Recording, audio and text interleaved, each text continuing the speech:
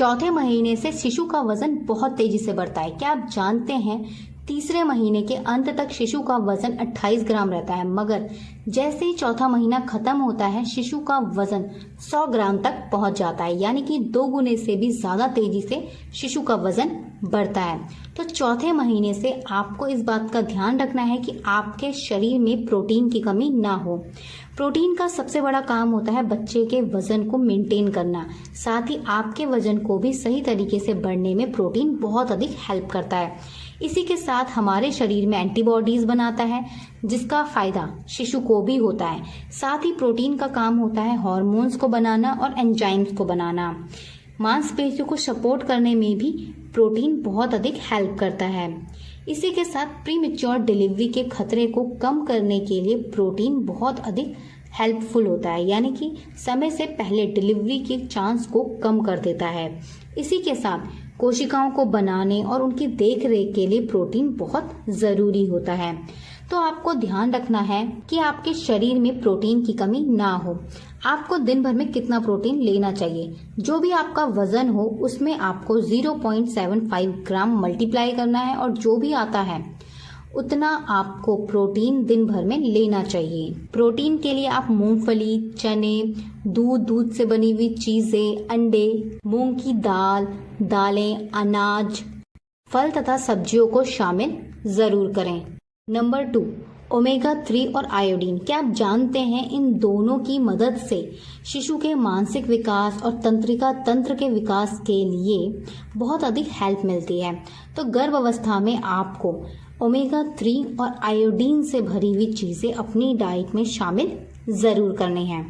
Number 3, fibre. क्या आप जानते हैं फाइबर की मदद से आपके शरीर में और शिशु के शरीर में 2 फायदे होते हैं। अगर आपके शरीर में फाइबर की कमी नहीं है तो आपको कब्ज और कॉन्स्टिपेशन की प्रॉब्लम नहीं रहेगी। यही हेल्प बच्चे को भी मिलती है। क्या आप जानते हैं गर्भ अवस्था के दौरान जब हमारे शिशु का विकास होता है तो हमारे जो अंदर के अंग हैं वो अपना स्थान बदल देते हैं, जिसकी वजह से कब्ज की प्रॉब्लम हमें बहुत ज़्यादा होती है। तो आपको अपनी डाइट में फाइबर ज़रूर शामिल करना है ताकि आपको कब्ज, कॉन्स्टिपेशन की प्रॉब्लम ना हो। साथ ही आपने बहुत बार देखा होगा लोग पानी पीते हैं और तुरंत वॉशरूम चले जाते हैं, यानी कि अगर वो जितना ज़्यादा पानी पी रहे हैं उतना ज़्यादा वॉशरूम जाते हैं, पानी उनके शरीर में रुक नहीं पाता है। तो ये तब होता है जब आपके शरीर में फाइबर की कमी होती है। इसीलिए आपको आपके शरीर में फाइबर की कमी नहीं होने देनी है।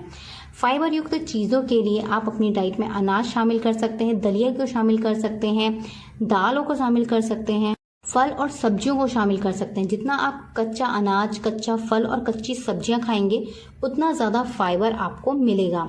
तो कोशिश कीजिए कि अपनी डाइट में फाइबर की कमी आपको नहीं होने देनी है। Number 4, folate. क्या आप जानते हैं गर्भ अवस्था के दौरान बच्चे के अंदर न्यूरल ट्यूब में दोष होने का खतरा होता है।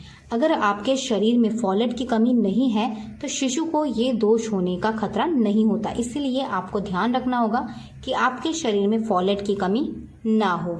Number 5, carbohydrate. क्या आप जानते हैं आपको अपनी डाइट में गुड कार्बोहाइड्रेट शामिल करने चाहिए। दिन भर में आपको 30 से 45 ग्राम कार्बोहाइड्रेट जरूर लेने चाहिए। ये आपके शरीर में एनर्जी पैदा करते हैं, जिसकी मदद से शिशु को भी एनर्जी मिलती है। नंबर 6, गर्भावस्था के दौरान आपको 200 कैलोरीज दिन भर में जरूर लेनी चाहिए। ये आपको और आपके घर में पल रहे शिशु को हेल्प करती हैं। Number 7, vitamin. क्या आप जानते हैं विटामिन की कमी अगर आपके शरीर में होगी तो आपका शरीर सही से काम नहीं करेगा। इसलिए आपको ध्यान रखना होगा कि आपकी डाइट में विटामिन की कमी ना हो। विटामिन की कमी के कारण हमारा शरीर सही से काम नहीं करता, जिसकी वजह से हमें थकान, चिड़चिड़ापन आदि रहता है। Number 8, calcium. क्या आप जानते हैं कैल्शियम बहुत ज़्यादा ज़रूरी होता है हड्डियों के लिए, साथ ही मांसपेशियों के लिए।